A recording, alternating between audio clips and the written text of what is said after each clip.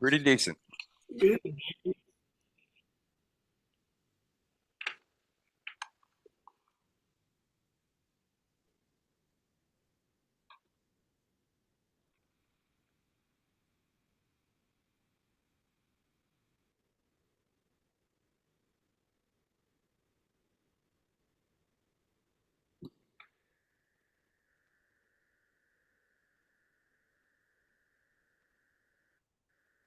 I pushed it too far. Yep. Yep.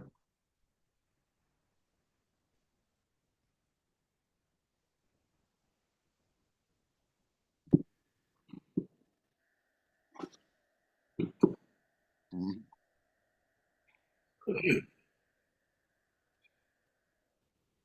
All right.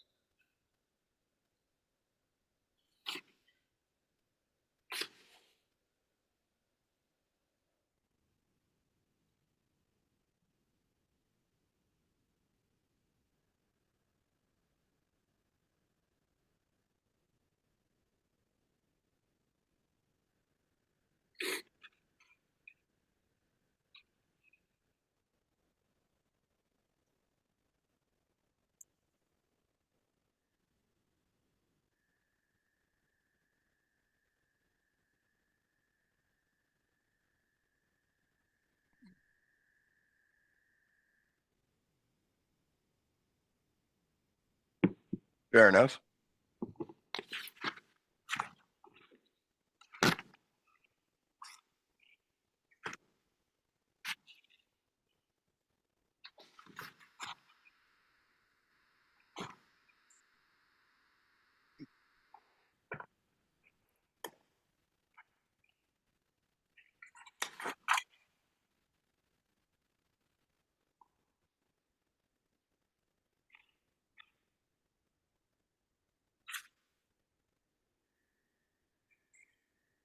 Yeehaw.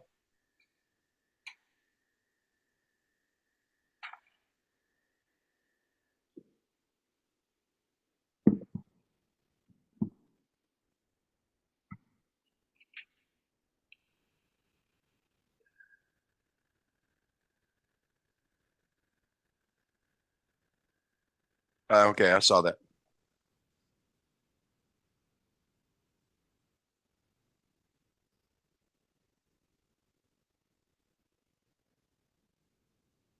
Okay.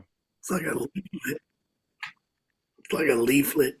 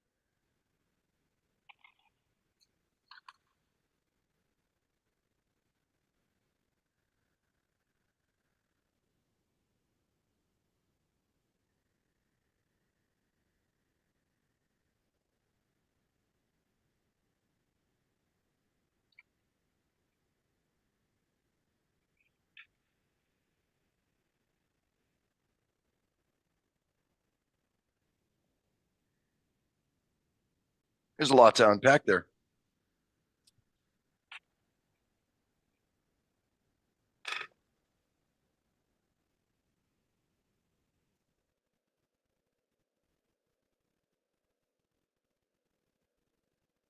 That would be great.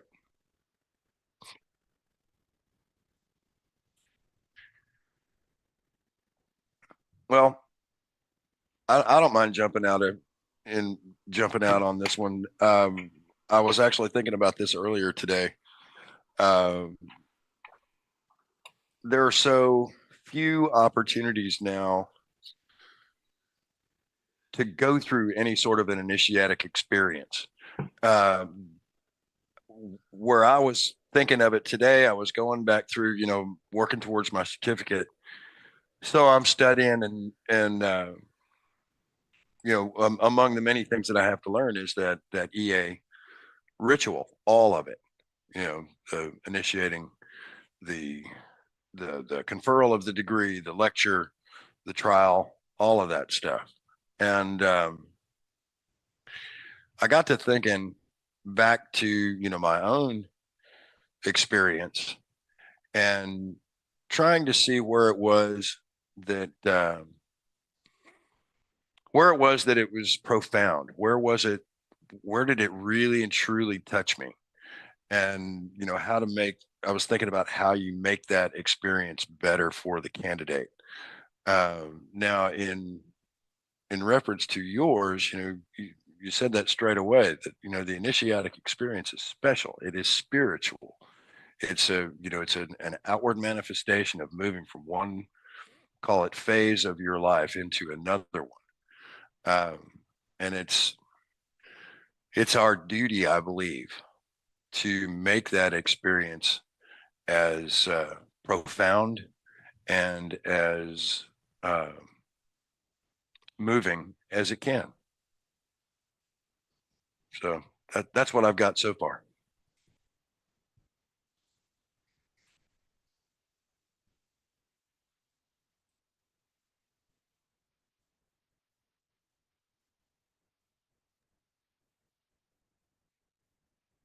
Yeah, you know, I was trying to process it as you were reading it as well. Um, the one thing that caught me there that I'm not sure I 100% agree with on that quote is that transition is specifically divine in nature. I think it could also be, it's worldly as well, right? A lot of these transitions can can show the change in the person, uh, as a man or as a boy moving to a man, just as much as advancing in the divine. Um, example of this would be guys going through boot camp in the military, right? That's graduating high school and then going into something like that. But I wholeheartedly agree with the broad sentiment of the quote that it's definitely something that is becoming more rare, aside from something in the military, and then the very few fraternal organizations that we have. That's definitely, um, you know, it is becoming more rare, and I think it is very vital.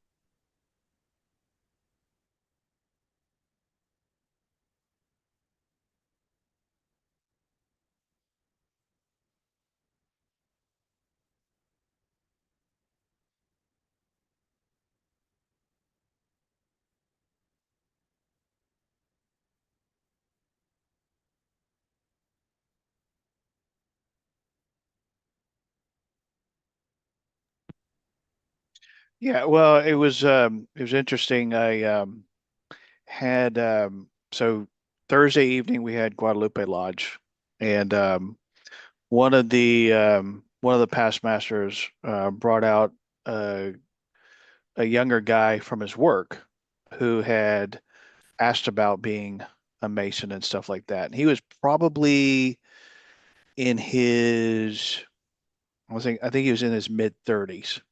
Okay. And so we were all sitting at dinner, and this past master is telling him about the lodge and what we do and this kind of stuff. And then he the past master kind of walked away, and then it was one of the only times I've ever heard anybody ask this. And he goes, "Well, can you tell me, like, why should I become a Freemason? Like, what is this going to do for me?"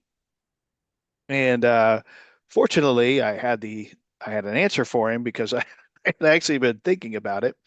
Um, what I told him is, I said, one of the things that your generation has been kind of, and they've done studies on this and everything, is they're looking for something real, as in they've grown up in a world where everything is online, everything is digital, everything is virtual, everything, and they are having very hard time getting connected, particularly with men, with friendships between men. And women generally have an easier time with this. Men usually find this a little bit more difficult to just go out and socialize and make friends and stuff like that. And so that is one of the things that I told him. I said, you actually come to a place where, yes, you learn about, becoming a better man. Learn about um, all the symbolism, and then we do some charity work, we do functions, we do this and that. I said, but the bigger picture is that if you actually come out to lodge, that you will develop real friendships that you if you were actually break down on the side of the road, like you could actually call somebody and they would actually come out and come and help you.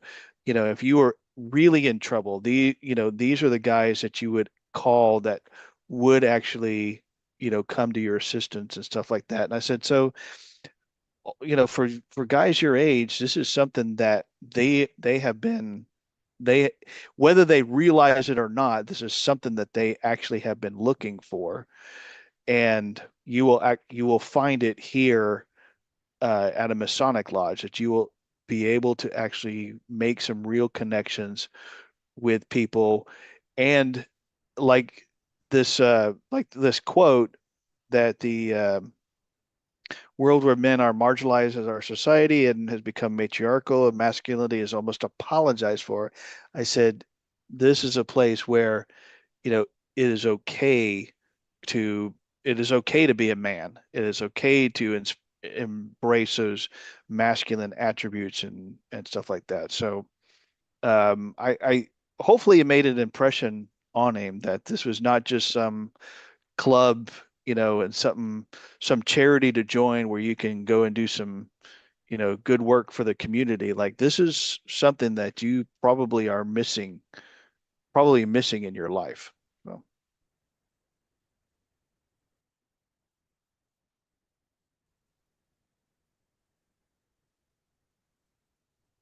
Yeah, and you can tie that back to what Brother Byron was saying as well, um, because not only are we finding the place that it's okay to be a man and the place to develop those true friendships, um, it's also a place where we can find a mentor, a place where we can be somebody's mentor, um, and just like I said, like what Brother Byron said, it's a place where it's our job to ensure that the initiate comes in and receives that friendship, that brotherhood, and that mentorship.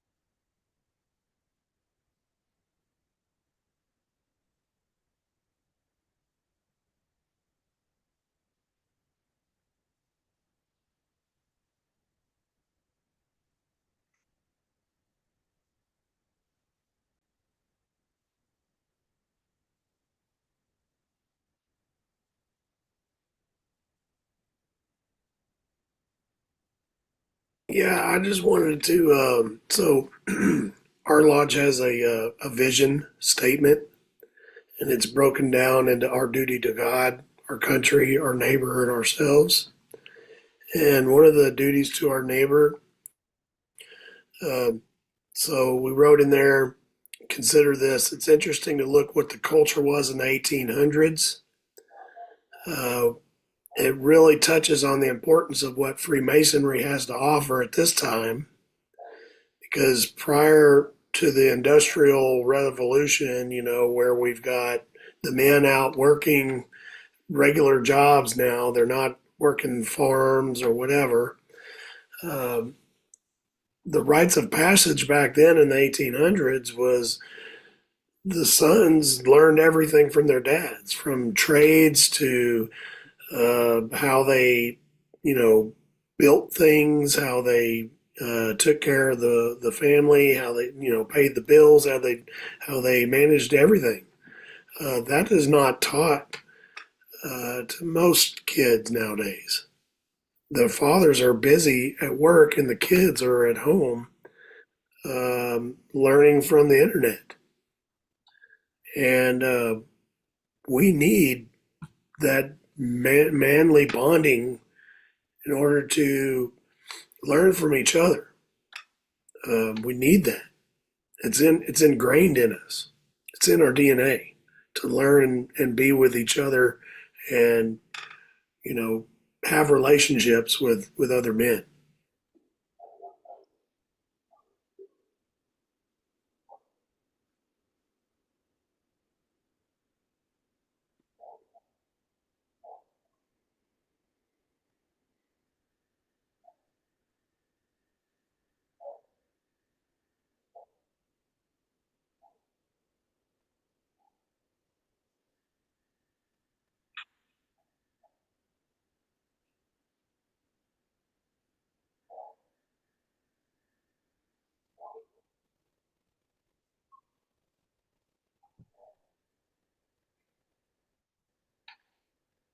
Yeah,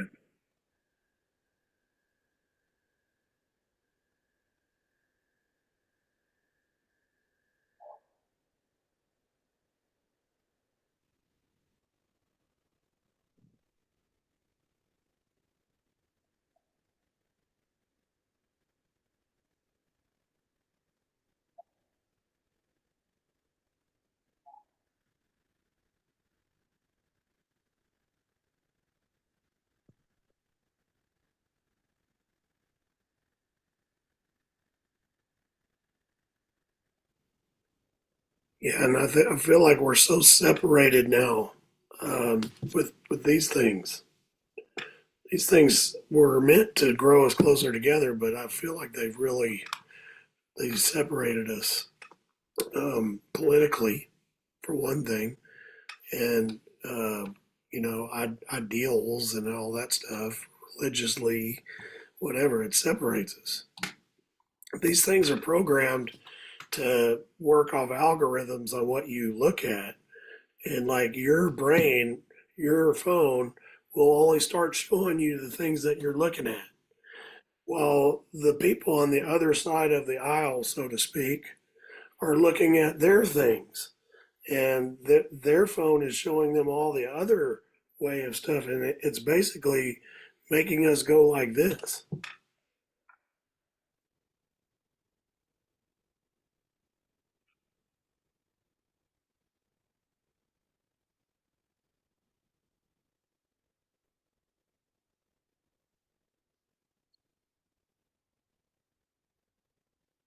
Yeah,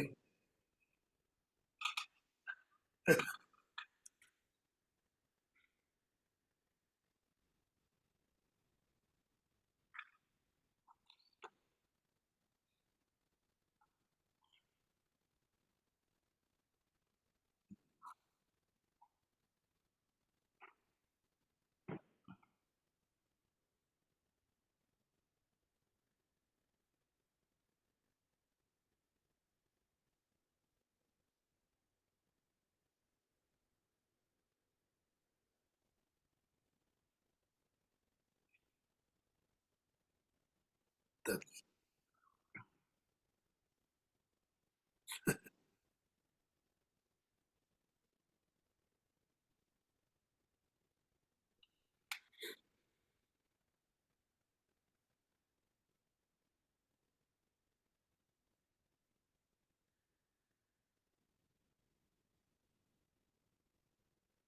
Yeah.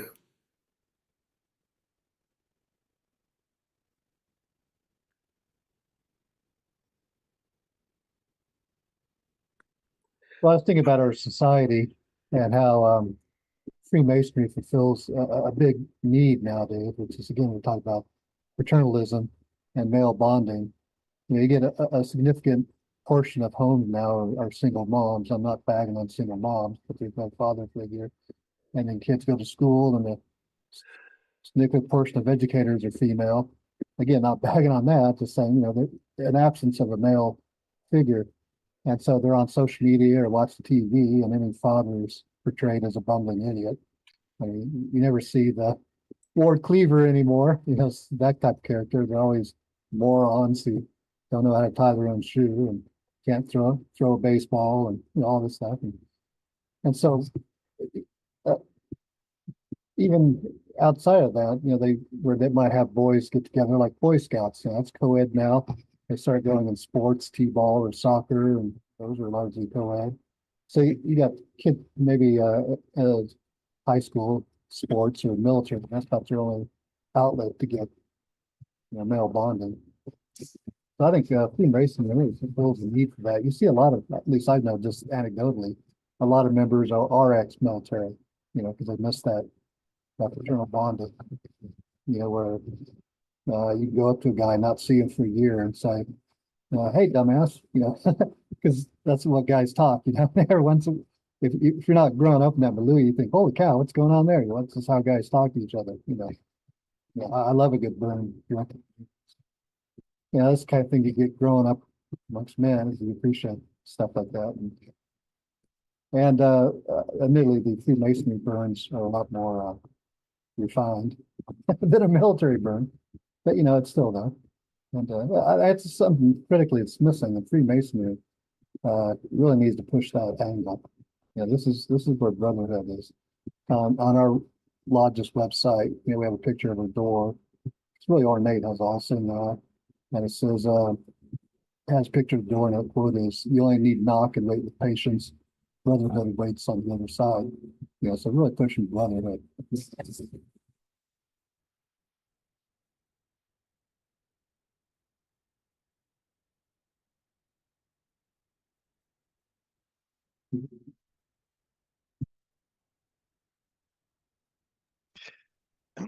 So, there's kind of this talk about where society has been, and I've said for a while, I said that there's a backlash that's coming, um, and I think if you watch what's happening, so watch what's happening a lot right now, you'll see that there is a general pushback on just how far they had gone with demonizing men, demonizing male characteristics. And one of the more recent examples was um, now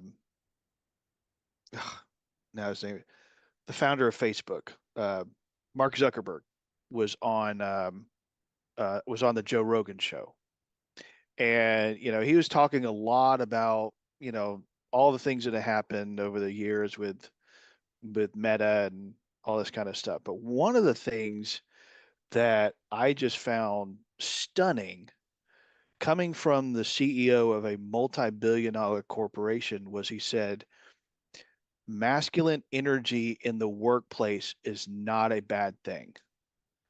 And I was like, what? Like that, just somebody saying that and acknowledging that um, when up until 6 months ago, you know, it, you had, it was toxic masculinity, and we got to do this, and we got to root out all of this, all this,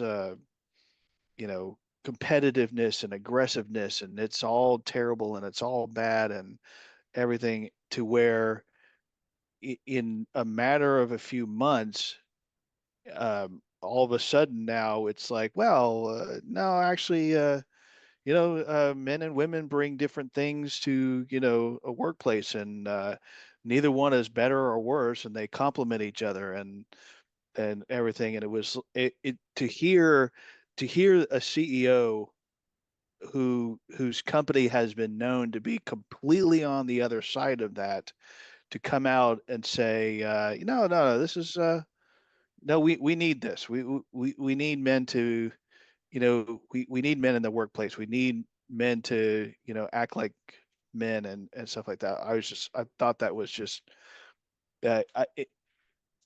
it showed a kind of a significant change in the way I think you're going to see in the next several years, how society views men. And I think, I think Freemasonry, um, could probably, could be one of those groups that really can capitalize on this to say, yeah, this is what we've been talking about for a long time.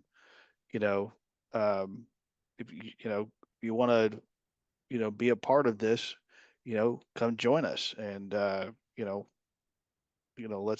let's work together on this. So, um, but anyway.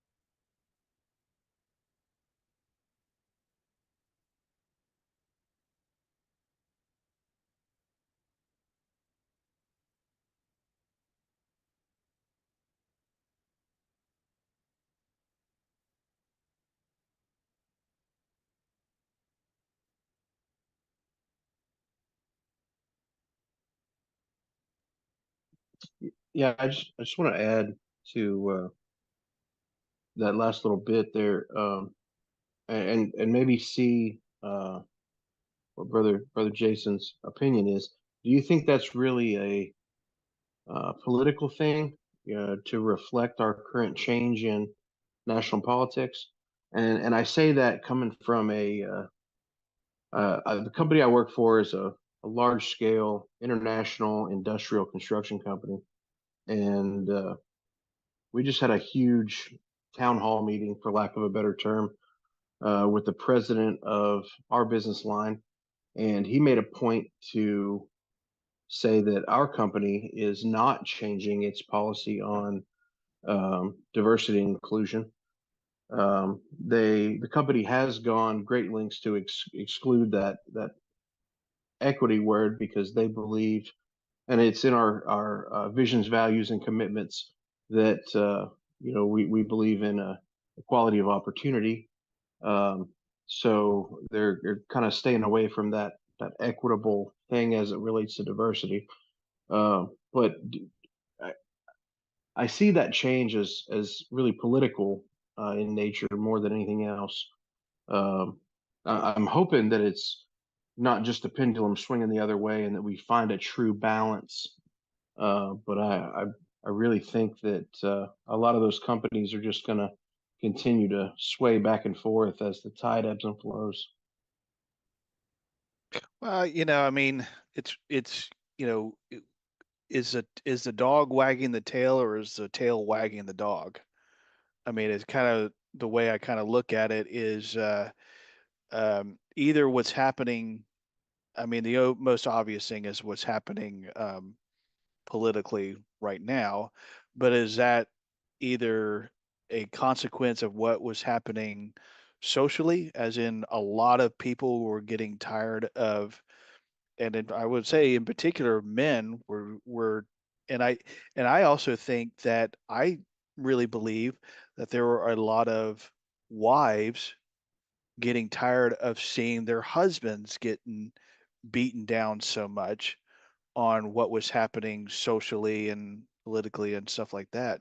So, is the politics happening because of what was happening in society, or is it the other way around? To be honest with you, I think it's, do I think it's going to go completely the other way to where, it's, you know, where it all just becomes all about men all the time and that's all we ever speak of? No, I don't think so. I think it's going to swing more the other way because I think what happened, to be honest with you, I think it went, what I think a lot of people felt is it went way too far, as in, um, it's one thing to try and make a society more accommodating to more people. It's quite another thing to impose your own viewpoint and will to the detriment of others, which I think is what was how that pendulum swung way too much. So I think it's going to come back. I think it's going to come back the other way. I don't think it's going to be honest with you, I don't think it's going to swing all the way completely the opposite way.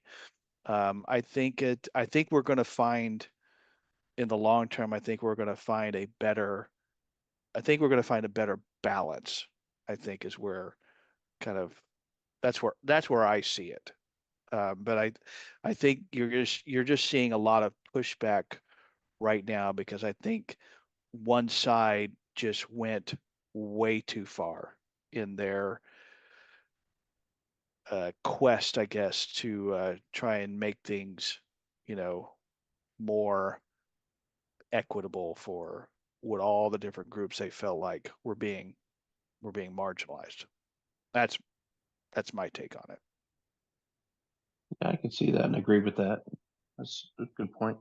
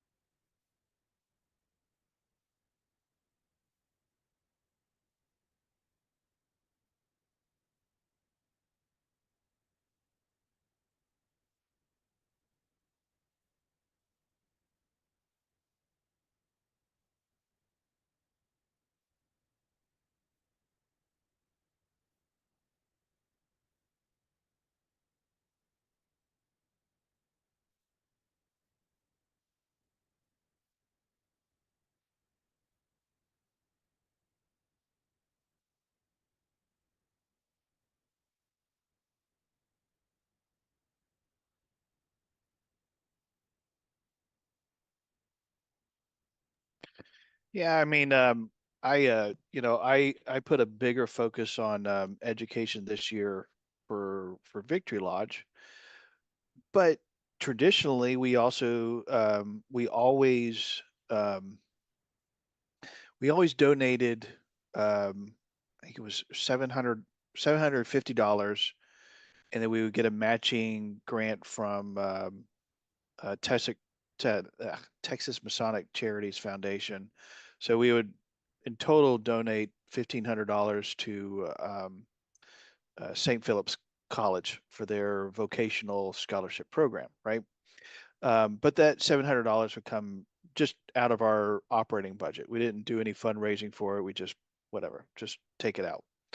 Um, so but had and then we did, we had the last several years we'd done some family events, um, and but if I had come in and just said, well, we're gonna focus on education this year, and this other stuff is just we don't need to be doing that.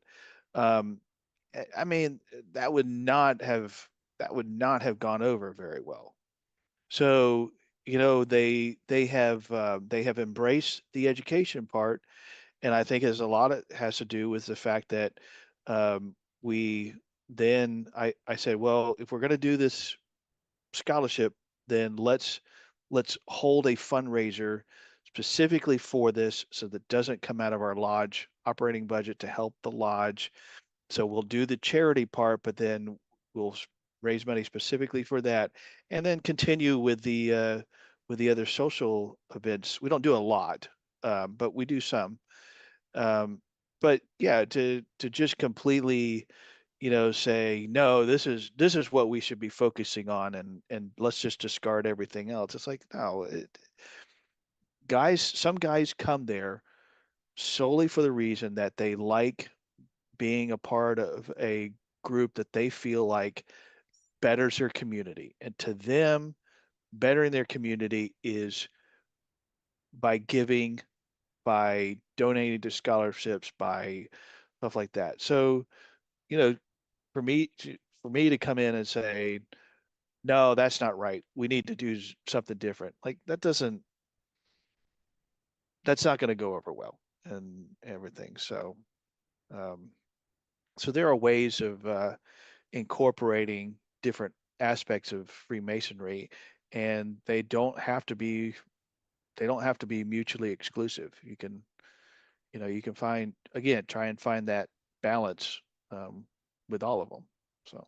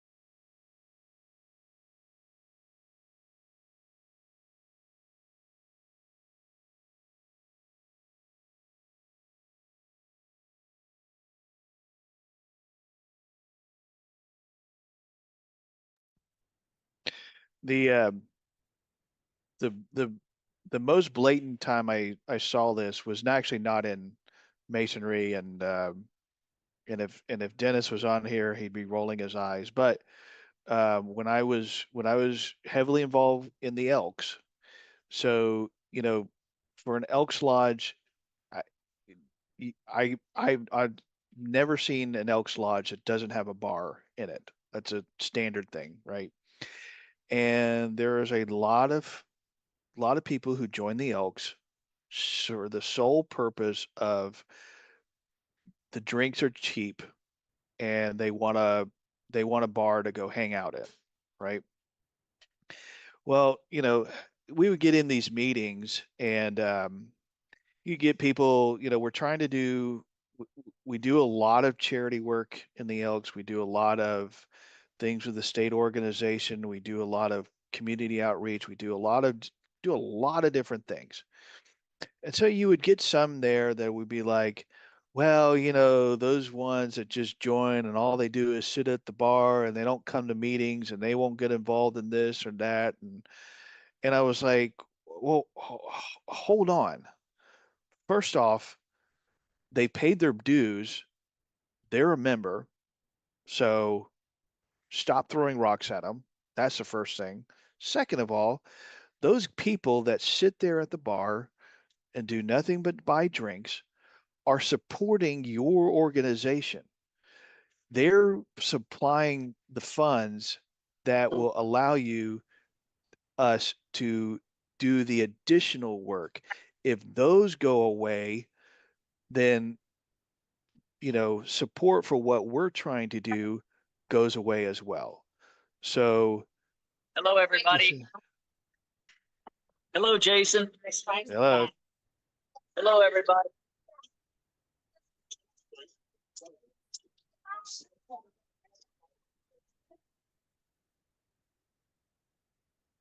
Sorry, guys, I'm still at dinner.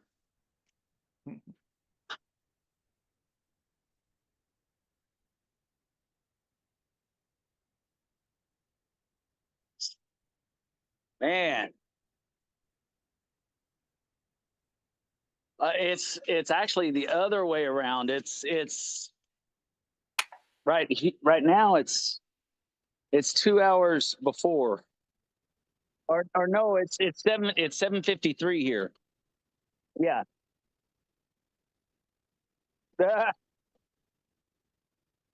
Well, hello, friends and brothers from Las Vegas, Nevada. I was fixing to say Las Vegas, Texas.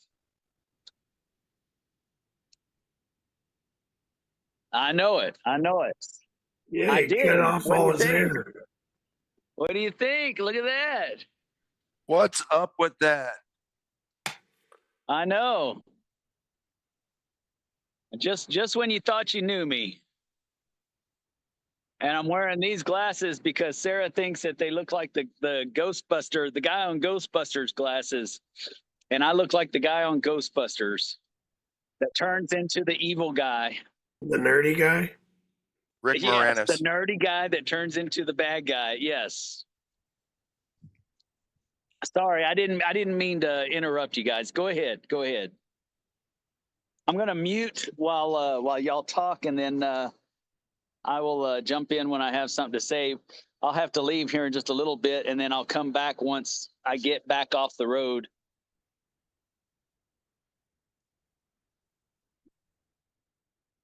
Uh, no, I was done.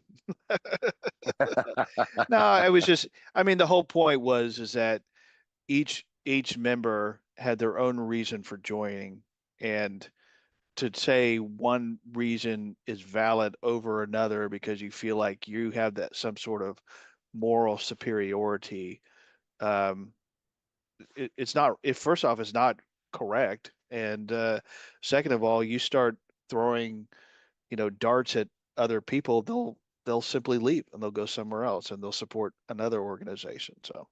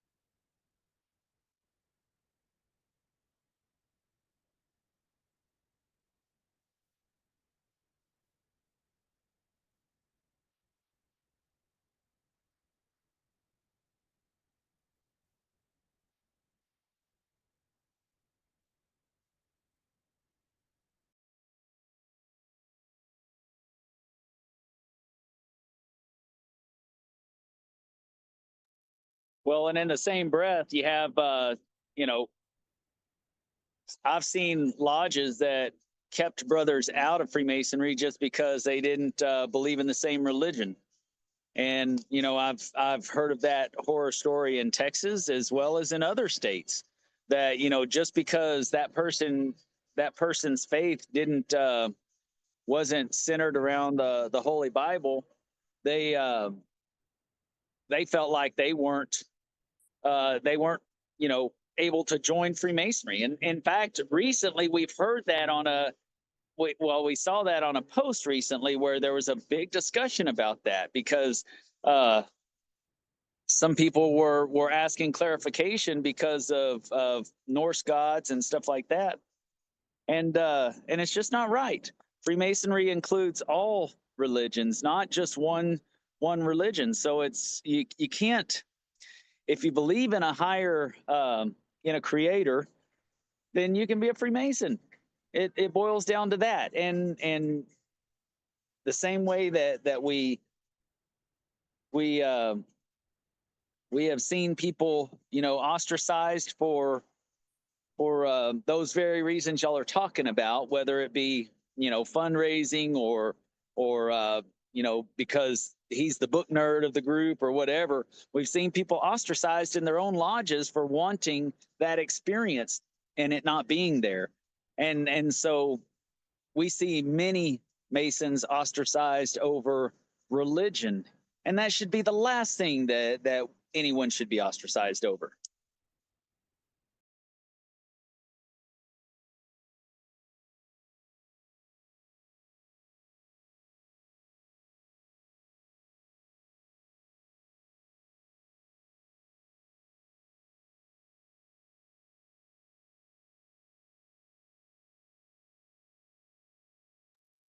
That's because it's on my phone, and I'm one of those weirdos that I don't want to do a I don't want to purchase an app that or use one of those free apps to use my phone as my camera. I don't want to do that because then all my data goes through them, and I'm just not going to do that with the stuff that I say. So yes, usually I'm on my my computer's camera. Maybe I do need to go ahead and invest in a better camera on my for my computer. Uh, you have verified that. That's where we're going to go from here, I guess.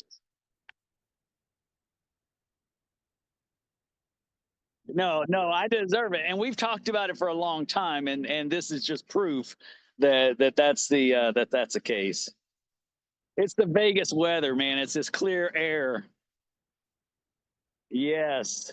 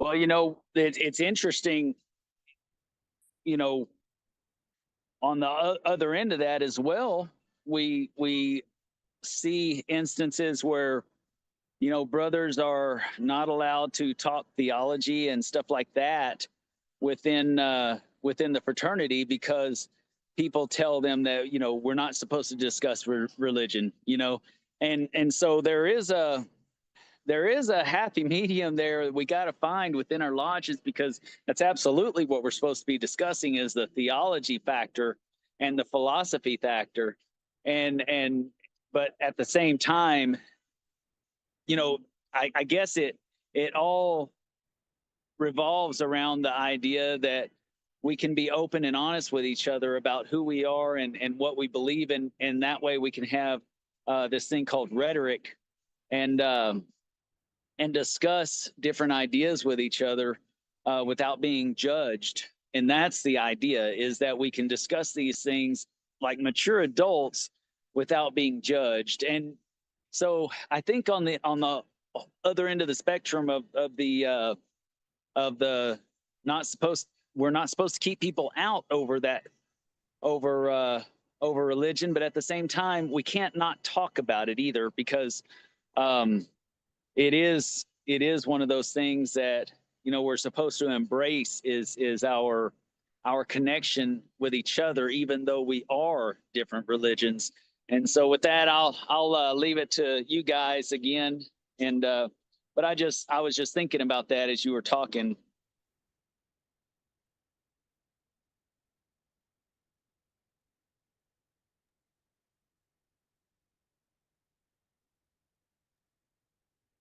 Yes, yes. And you that makes me proud. You know, it ain't easy being me. He does have a little bit of Rick Moranis look to him too. Thank you. Thank you.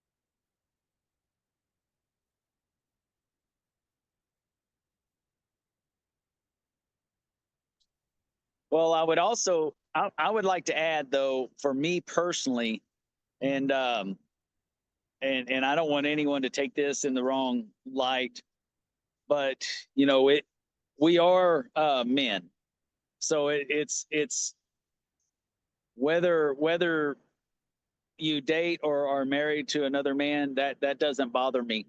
But we are a fraternity of men, and so that for me is what I'm a part of. So, but as far as how you believe otherwise, it doesn't bother me one single bit, and it shouldn't, and I shouldn't even say it doesn't bother me. It doesn't affect me one single bit. I don't think any more or any less of anybody because of that dissemination. In my opinion, there was a time I was a lesser person, and today I am better than that.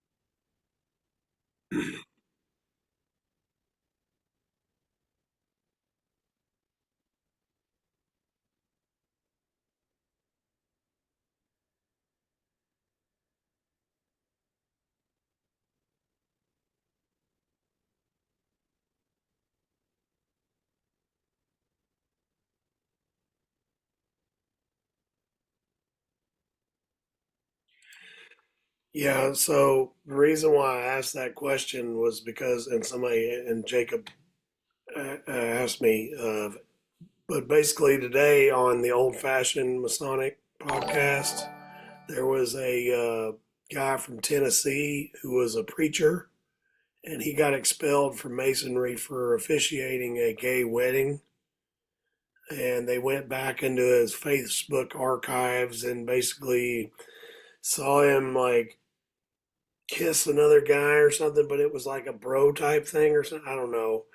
But all his brothers from his lodge basically walked away from him and didn't back him up. And Tennessee. And Well, yeah, and that basically is against the rules there. It's how you can't be homosexual there, which is weird. Because I agree with what you guys are saying. It doesn't affect me. I'm here for to learn and to subdue my passions and improve myself in masonry. And basically that's why I'm here. And I'm here to, help my other brothers improve as well. I'm not here for all that. So it doesn't affect me. there was a little bit more to that though.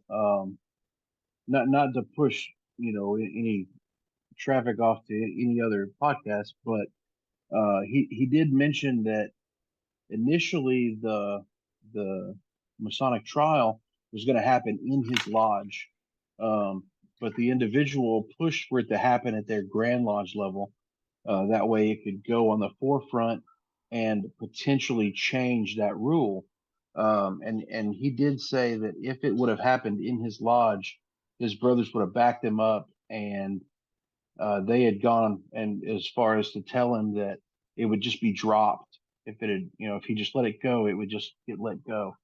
But he became a martyr in an attempt to get rid of that rule, which is still on their books.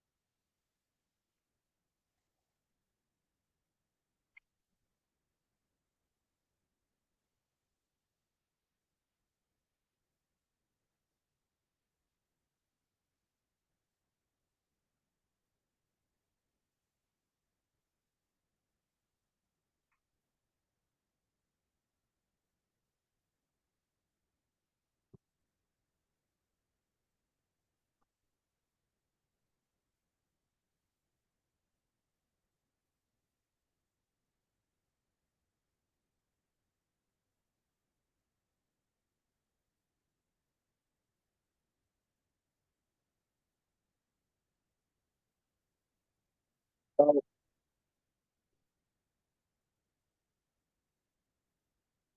Well, I think that where we fall into an issue is with one of the words. We're not supposed to basically in essence, we're not supposed to let somebody in that's crazy, right? That's one of our rules. We don't let somebody in that's crazy. And there are some people that are so religiously entrenched that they believe that if you are gay, then you are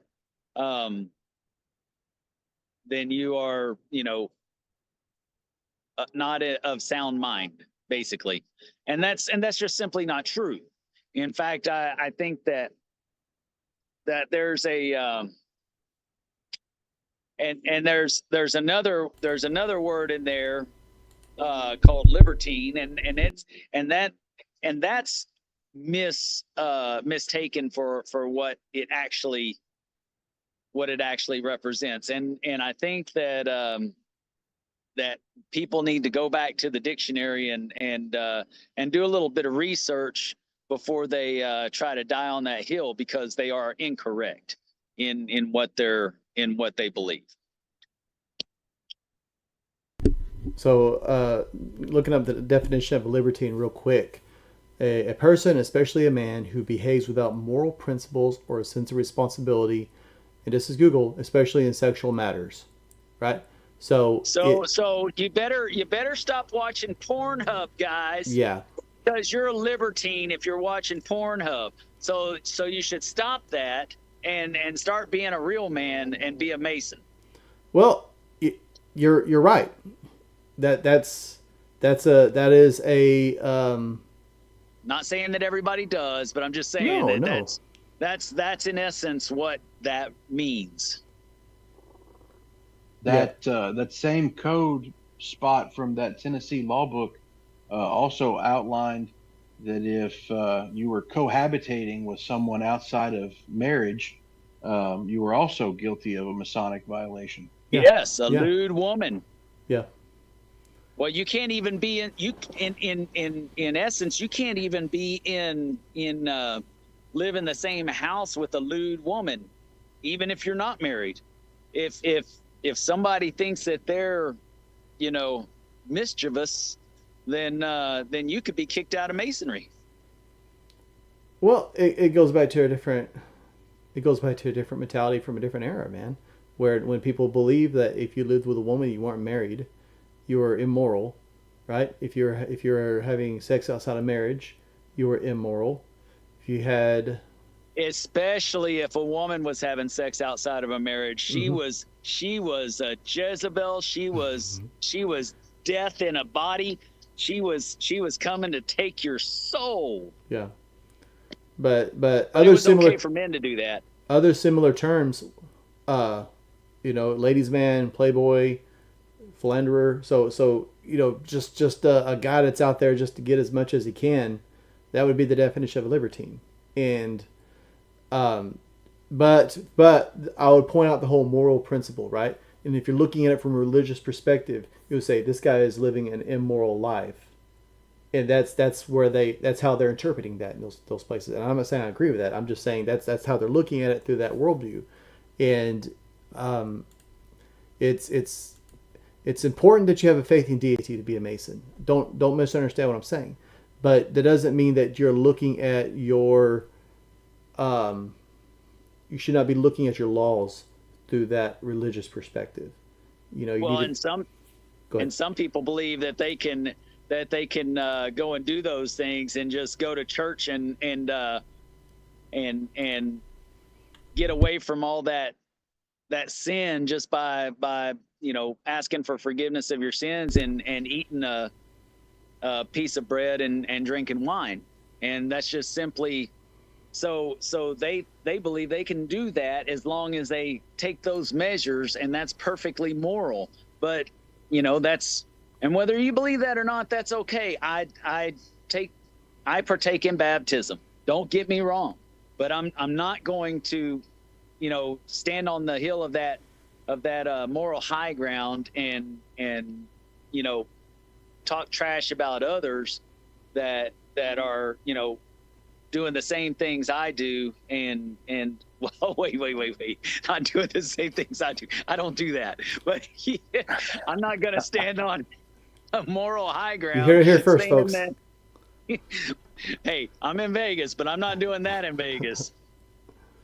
But you know what I'm saying, though. I'm not gonna stand on that moral high ground and pretend like I'm not doing something if I'm doing those things and then taking communion and saying it's all wiped away, and then saying that somebody else is trash because they're not doing that. They're not following the same rules I'm following. Dude, isn't If your that family makes eating sense. dinner? Yeah, they're You just inside eating abandoned dinner. them. No, they're with family. Oh, okay. Lavinia has some family that lives here in Vegas, and we're all eating all you can eat. Well, they're eating sushi and do what? So, well, they're eating. Yeah, all you can eat sushi and sake. So they're enjoying life. I'm out here with you guys. That sounds like a good time. I know, and here I am out here with you guys. What are y'all's thoughts on what is being said? The first thing that pops into my mind is a line from one of my favorite movies. Who's the dummy now? You're the one outside, Dennis, not partaking in all you can eat sushi and sake and trying to talk with us guys while we were having a serious conversation until you showed up.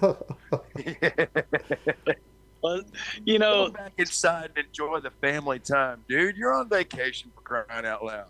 somebody had to get on here and break up the monotony. I always tell everybody that, Justin's our editor in chief, and I'm the talent. Somebody's got to bring it. Oh man! All right. Whatever, But I dude. am going to cut this short. I do love you guys, and I wish that I had more time to spend with y'all this week. Justin, I'm getting some good interviews ready to go, and I will talk to you when I get back to civilization. Awesome, Get man. off of this island in the desert. Well, you stay safe, man. Be good. Drive Safe travels, Fly brother. safe. You brothers keep it between the points. I love you. Later, man. I'm fond of you too. Don't love me too much. That could be a sin. Don't get kicked out in Tennessee.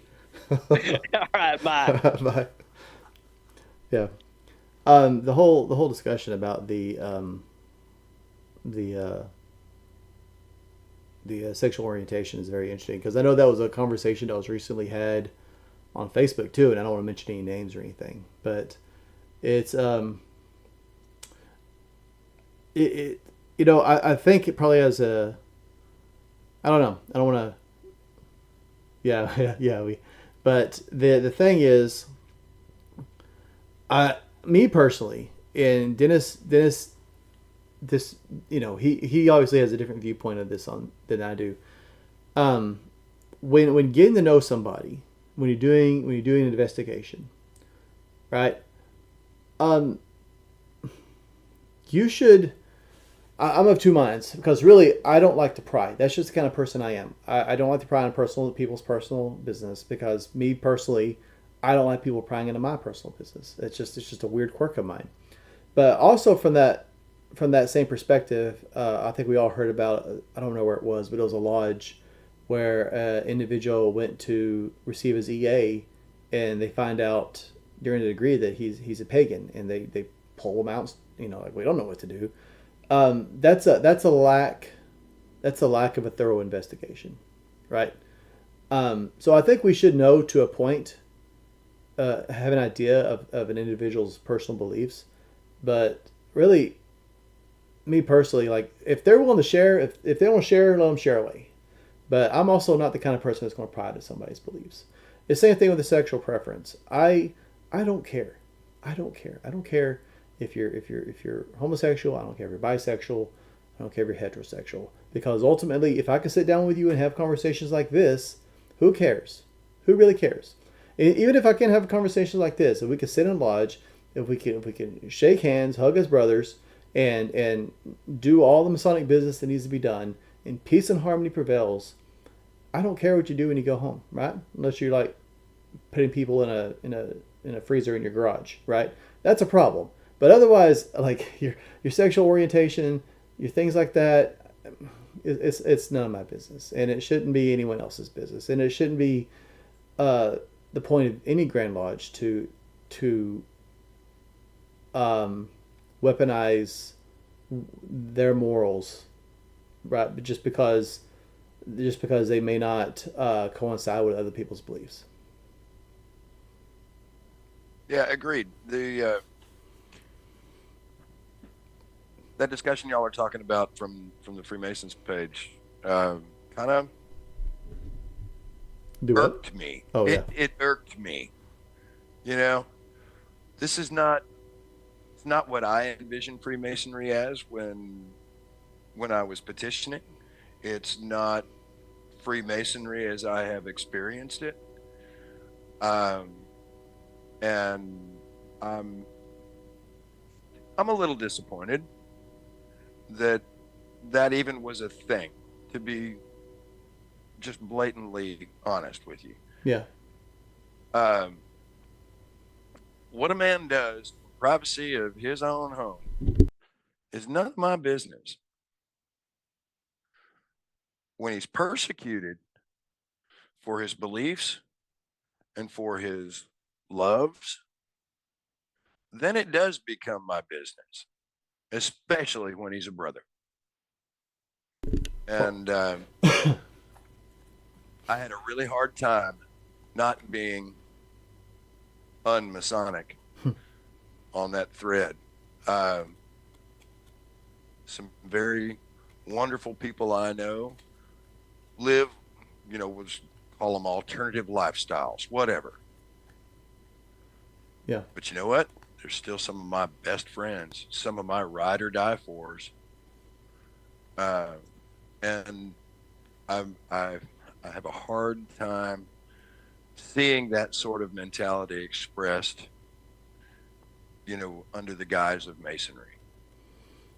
That intolerant mentality, because there's nothing in the obligation, there's nothing in the lessons that we are teaching or learning that say you get to judge a man for who he loves. Well, nothing. That's where, and I'm like, come on, y'all. Let's pull our heads out of the sand.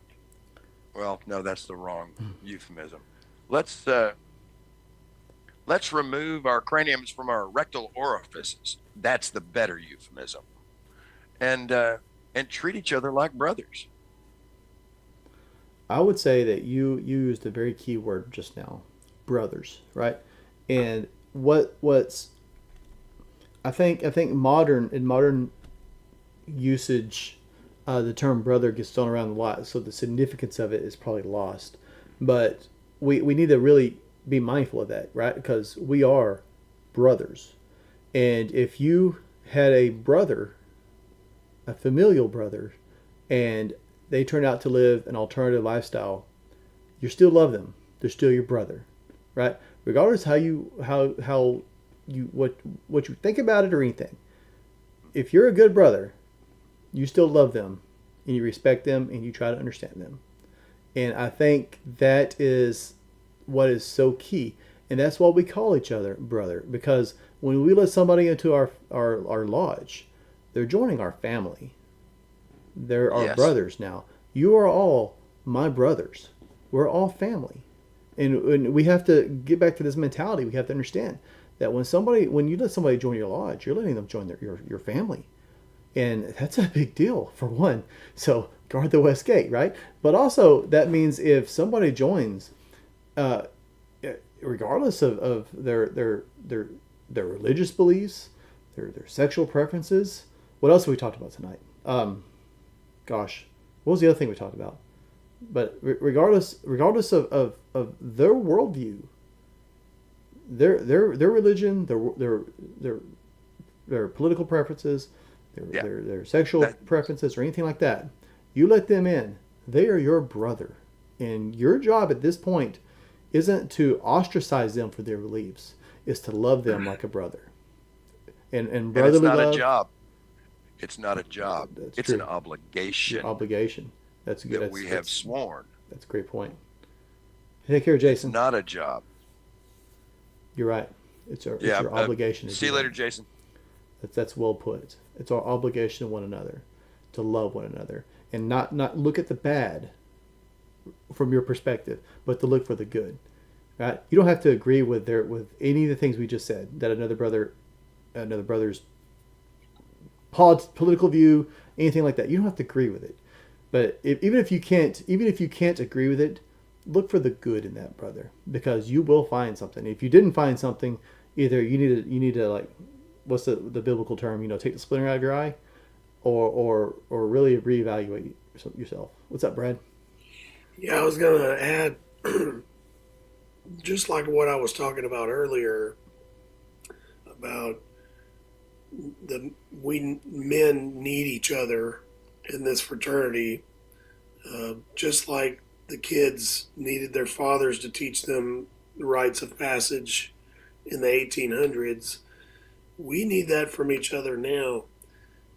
Whether they're a homosexual or a pagan or whatever, whatever religious or whatever creed or whatever you want to call it, they joined just like I did, and they needed this fraternity just like I did. Mm-hmm. And who am I to, judge that person? You're absolutely right.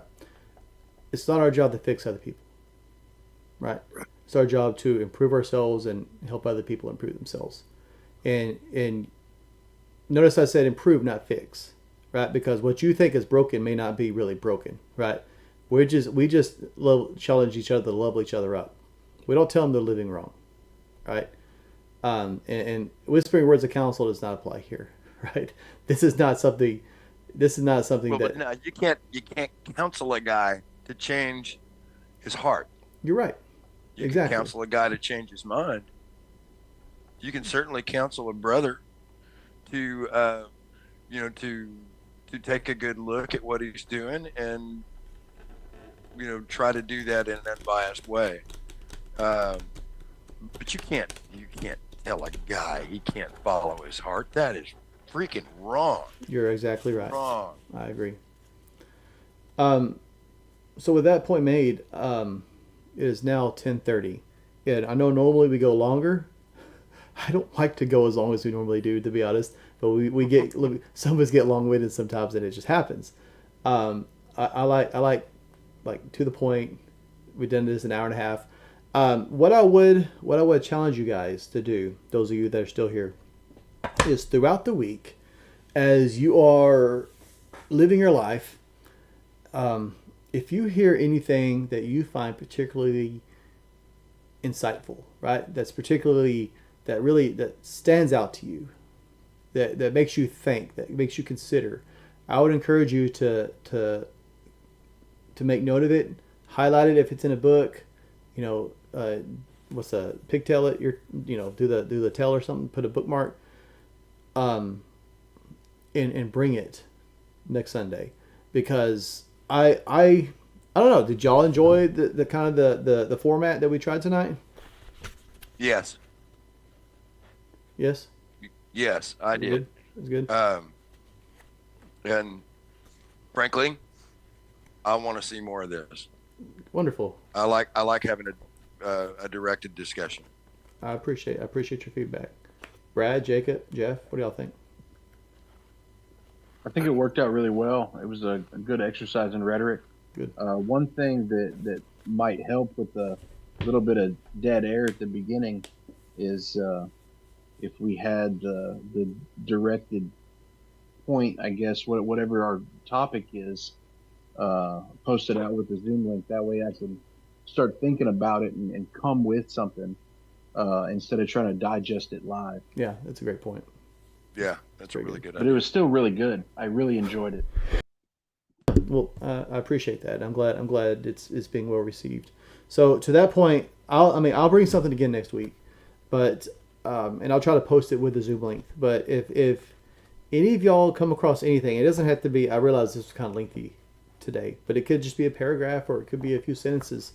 If it feels relevant to you, just make note of it, tuck it away, and then next Sunday, we don't have to spend the whole time talking about one quote, right? We can we can kind of do a round robin. We can spend a few minutes talking about one thing and then move on to something else, and just give everybody an opportunity to share what's important to them and use that to facilitate our conversation. Does that sound good to y'all?